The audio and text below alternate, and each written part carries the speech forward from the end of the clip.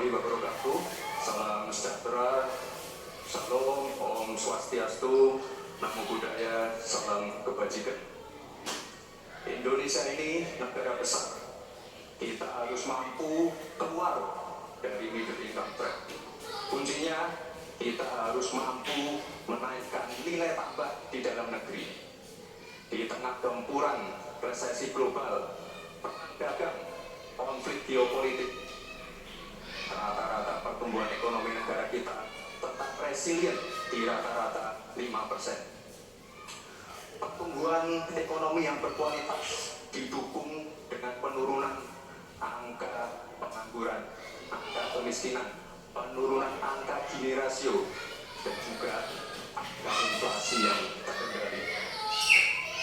Bapak Ibu yang saya hormati, teman-teman sesama anak muda, lalu apa agenda ke depan? Kita akan lanjutkan hilirisasi, bukan hanya hilirisasi tambang saja, tapi juga hilirisasi pertanian, hilirisasi perikanan, hilirisasi digital, dan lain-lain. Kita lanjutkan juga pemerataan pembangunan yang tidak lagi Jawa sentris. Kita genjot terus ekonomi kreatif dan juga UMKM. Kita punya 64 juta UMKM yang menyumbangkan 61% untuk PDB kita. Jika 4 angka tadi bisa kita penuhi, insya Allah akan terbuka 19 juta lapangan pekerjaan. Pemerataan pembangunan itu wajib. Sekarang investasi yang ada di luar Jawa sudah ada 53%. Pembangunan IKN yang berkelanjutan ini akan membuka titik pertumbuhan ekonomi baru, akan membuka akses dan juga konektivitas, sekaligus membuka lapangan kerja. IKN ini bukan hanya saja membangun bangunan pemerintahan, tapi juga sebagai simbol pemerataan pembangunan di Indonesia, dan juga sebagai simbol transformasi pembangunan Indonesia.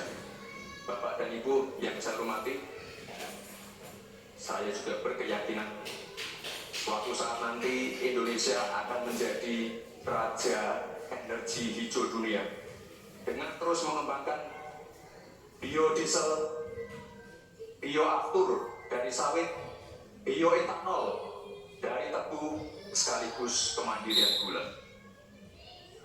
Untuk menuju Indonesia emas dibutuhkan generasi emas.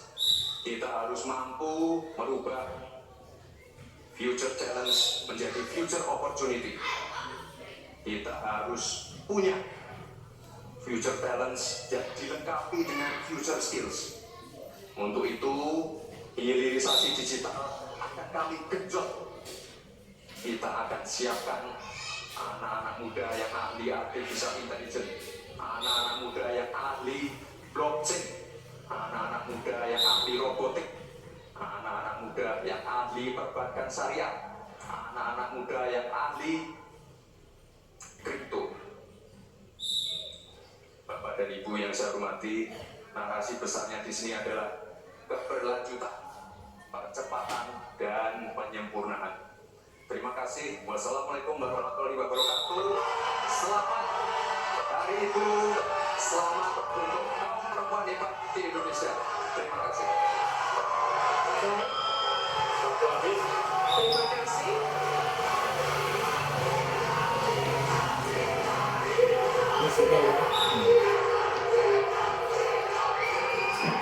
Baik, cukup. Boleh tenang? Kita lanjutkan. Ya. Terima kasih Bapak Gibran Raka Buming Raka. Kami persilakan Pak Gibran untuk kembali ke tempat. Kembali dulu, Pak. Harap tenang, kita lanjutkan. Selanjutnya kami persilakan calon wakil presiden nomor urut 3 Bapak Mahfud MD untuk naik ke atas panggung dan menyampaikan visi misi dan program kerja. Pak Mahfud, waktu Bapak 4 menit. Kami akan mulai ketika Bapak mulai berbicara. Silakan. Assalamualaikum warahmatullahi wabarakatuh. Mari kita bersujud semuanya, saudara-saudara. dan seluruh Indonesia kepada ibu kita dalam rangka mengucapkan selamat hari 22 Desember 2023 ini. Dan sesudah ini kita lanjutkan pengabdian kita kepada Ibu Pertiwi. Ada yang bertanya kepada kami, mungkin tidak Anda mentargetkan mendapat pertumbuhan ekonomi 7% di dalam 1 tahun, karena di dalam sejarah reformasi tidak pernah sampai tumbuh sebanyak 7%. Dulu hanya itu dicapai pada tahun 89 sampai 91 di era Orde Baru. Lalu pertanyaan itu saya sampaikan kepada beberapa orang ahli, lalu mereka mengatakan hanya karena kebodohan kita ini tidak bisa menaikkan pertumbuhan ekonomi menjadi 7% karena kita ini kaya raya dengan sumber daya alam dan sumber daya manusia yang hebat. Masalahnya apa? Masalahnya banyak korupsi dan inefisiensi di sektor-sektor pertumbuhan ekonomi, yaitu di sektor konsumsi, belanja pemerintah, ekspor impor dan investasi. Jadi dengan demikian karena banyak korupsi, dan itu memang betul terjadi. Coba lihat berdasar hasil SIGI, Transparansi Internasional, korupsi terjadi di lembaga legislatif, eksekutif dan yudikatif secara besar-besaran. Korupsi juga terjadi di 3 matra kita ini. Kita menginjak bumi, ada korupsi di tanah dan pertambangan. Kita ke laut, ada korupsi di masalah kelautan. Kita melihat udara, pesawat terbang tiba, ternyata di udara juga banyak korupsi. Akibatnya apa? Rakyat miskin. Saya ketemu dengan seorang bernama Teddy di pasar, seorang atau 2 orang pegawai angkutan perusahaan truk menyatakan tidak pernah bisa mendapat subsidi minyak yang disediakan oleh negara karena tidak pernah sampai di korupsi. Saya juga ketemu dengan seorang Sri Wulan, anak kecil di Pakumpong, Bandung Barat. Dia mengajak saya main layang-layang, katanya, "Bapak, saya ingin terbang seperti layang-layang meraih cita, tapi saya tidak dapat." Kemudian saya ingat pulau saya Madura. Di Madura kaya dengan gas alam, tetapi sampai sekarang tidak pernah dioptimalkan untuk dimanfaatkan. Maka kuncinya adalah bagaimana kita memberantas korupsi. Lalu ada yang tanya kepada saya, "Bapak, kalau Bapak jadi wakil presiden orang takut ditangkap." Saya panggil para ekonom dan para pelaku usaha, "Betul Anda takut kepada saya kalau jawab?" "Tidak Bapak, justru kami perlu seorang penegak hukum seperti Bapak. Kenapa? Kami kalau mau investasi di Indonesia ini diperas, mau berusaha ini diperas. Kalau kami bayar padahal diperas, lalu ketahuan kami ditangkap, katanya kami menyuap." Itulah Indonesia ini pada saat ini. Oleh sebab itu, saudara sekalian, kita harus lawan korupsi, menembak istilah anak muda, "Hai koruptor, kutegak kamu. Hai Wir, mundur Pak Wir." Nah, korupsi sekadar. Saudara sekalian, ini semua dalam rangka agar terjadi pemerataan seperti ketentuan pasal 3 Undang-Undang Dasar. Di Al-Quran disebut kaila yakuna dulatan bainal yadud. Jangan biarkan kekayaan itu hanya beredar di antara orang. Waktu Bapak sukses. Baik, terima kasih. Silakan kembali Pak. Baik. Oke, mohon tenang. Selanjutnya kami akan berikan kesempatan kepada calon wakil presiden nomor urut 1, Bapak Muhaimin Iskandar, untuk naik ke atas panggung menyampaikan visi-misi dan program kerja. Mohon tenang. Waktu Anda 4 menit Pak, dimulai dari Anda menyampaikan. Assalamualaikum warahmatullahi wabarakatuh. Selamat malam, salam sejahtera untuk kita semua. Harusnya saya bicara pada debat yang pertama, tapi hari ini saya sungguh bersyukur akhirnya bisa bertemu. Tapi jangan salah paham, bukan karena saya ambisi jadi presiden, Tapi karena saya punya pelajaran yang penting selama saya berjuang di politik. Apa itu? Saya menyaksikan dan menjadi bagian dari adanya pemerintah yang memiliki kewenangan mutlak, terutama pimpinan tertinggi, untuk bisa menghadirkan keadilan dan kemakmuran rakyat. Inilah yang disebut sebagai selepet, menjadi bagian dari kewenangan untuk menghadirkan kemakmuran dan keadilan.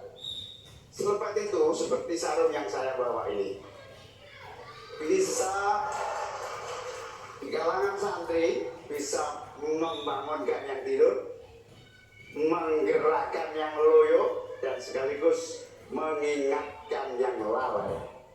Alhamdulillah, Gusti Allah memberi kesempatan saya untuk bersama-sama Mas Anies yang memiliki pemikiran yang sama untuk terwujudnya perubahan dan perbaikan.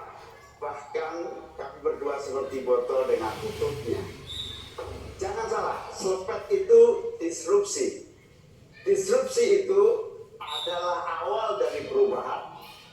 Bayangkan, 100 orang Indonesia kekayaannya di atas 100 juta jumlah penduduk Indonesia. Artinya ini keadaan yang tidak adil. Ini harus kita selesai. Kita juga harus punya keyakinan bahwa 100 orang yang kaya ini kita pajakin bersamaan dengan kita turunkan pajak kelas menengah di Indonesia. Hari ini cabai mahal, telur mahal, beras mahal, barang-barang mahal, gula jahat, mafia menguasai dan merajalela di mana-mana. Padahal rakyat sudah kerja. Ini harus kita selesai. Angka pengangguran sudah 8 juta. 80 juta memang bekerja, tetapi di sektor informal. Mereka tidak mendapatkan penghasilan yang pasti dan bahkan dompetnya dipastikan tipis. Ini yang harus kita selesai. Kami menginginkan bansos yang memang menjadi kewajiban negara ini diteruskan dan bahkan harus ditingkatkan, sehingga kita ingin bansos plus yang semakin membawa rakyat kita memiliki kemampuan daya beli yang mendongkrak ekonomi masyarakat kita. Insya Allah, Amin akan memastikan 5% anggaran dari APBN atau sekitar 150 triliun kita khususkan untuk kamu kaum muda Indonesia. Kamu yang memiliki energi besar untuk menjadi bagian terdepan bagi kemajuan bangsa kita. Salah satunya adalah kamu, kredit usaha anak muda yang diberi kesempatan untuk mengakses sebanyak-banyaknya menjadi pelaku ekonomi yang baik. Kita akan hadirkan bagaimana agar desa-desa tumbuh berkembang. Insya Allah 5 miliar per desa akan kita berikan tiap tahun bagi pembangunan nasional kita. Kita juga akan siapkan seluruh bantuan-bantuan yang memungkinkan tumbuh menjadi maju. Mohon maaf, waktu Anda habis, Bapak. Terima kasih, Pak. Kembali ke tempat. Terima kasih. Berikan aplaus.